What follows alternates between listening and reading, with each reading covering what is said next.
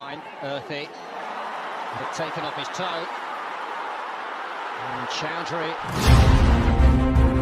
হামজা চৌধুরী এ যেন বাংলার ভাগ রয়্যাল বেঙ্গল টাইগার। ধারাভাষ্যকার কক্ষে তখন বাংলাদেশের নামে যেন বজ্রধ্বনি গর্জন, হাজার হাজার দর্শকের চিৎকারে গগনবিধারী পরিবেশ। আর সেই উত্তাল মুহূর্তে বল পায়ে বজ্র গতিতে ছুটে চলেছেন আমাদেরই হামজা চৌধুরী, একটি চিতাবাঘের ক্ষিপ্রতা, এক রাজাবাঘের দাপট নিয়ে। ইংল্যান্ড ও ম্যানচেস্টার ইউনাইটেডের অভিজ্ঞ খেলোয়াড় হ্যারি ম্যাগুয়ার তখন টিভি স্ক্রিনে তাকিয়ে বিষময়ে মুখ হা করে দেখছেন। এত নিখুঁত, এত স্বাচ্ছন্দ্যময় ডিফেন্সিভ প্লে, যেমন আত্মবিশ্বাস তেমন তাফুটে রান, এ যেন পেশাদারিত্বকে ছাড়িয়ে গিয়েছে এক অন্যরকম সাহসে।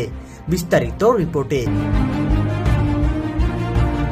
ইংলিশ চ্যাম্পিয়নশিপের সেমিফাইনালের দ্বিতীয় লেগে নিজেদের মাঠে ব্রিস্টল সিটির বিপক্ষে ৩-০ গোলের লিড নিয়ে মাঠে নামেন শেফিল্ড ইউনাইটেড। প্রথম থেকেই তারা মাঠে নামেন ডিফেন্সিভ কৌশলে, আর ঘরের মাঠের দর্শকরা যেন প্রতিটি মুহূর্তে তাদের হৃদয় ঢেলে দিচ্ছেন গ্যালারি থেকে। তবে বাঙালিদের জন্য বদলে যায় ম্যাচের ৩৮ মিনিটের ঘটনায়। একটি কর্নার কিক থেকে গোলের জন্য মরিয়া ব্রিস্টল সিটির ফুটবলাররা যখন বলকে জালের দিকে ঠেলে দিতে চায়, ঠিক তখনই বজ্র সময় ক্লিয়ারেন্সে নিজের পায়ে বল নিয়ে নেন হামজা চৌধুরী। কিন্তু এখানেই থেমে যাননি, বলটা যেন নিজের আত্মা দিয়ে ছিনিয়ে নিয়ে ছুটলেন চিতাবাঘের বেশে।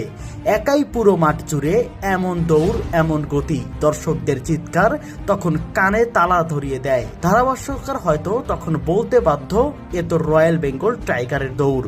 ফুটবলে এমনটা সাধারণ মনে হলেও বাঙালির কাছে এতটুকুই ইমোশনালের জায়গা হয়ে দাঁড়িয়েছে। এক হামজা চৌধুরী বদলে দিয়েছে ফুটবল নিয়ে বাংলাদেশের স্বপ্ন দেখা।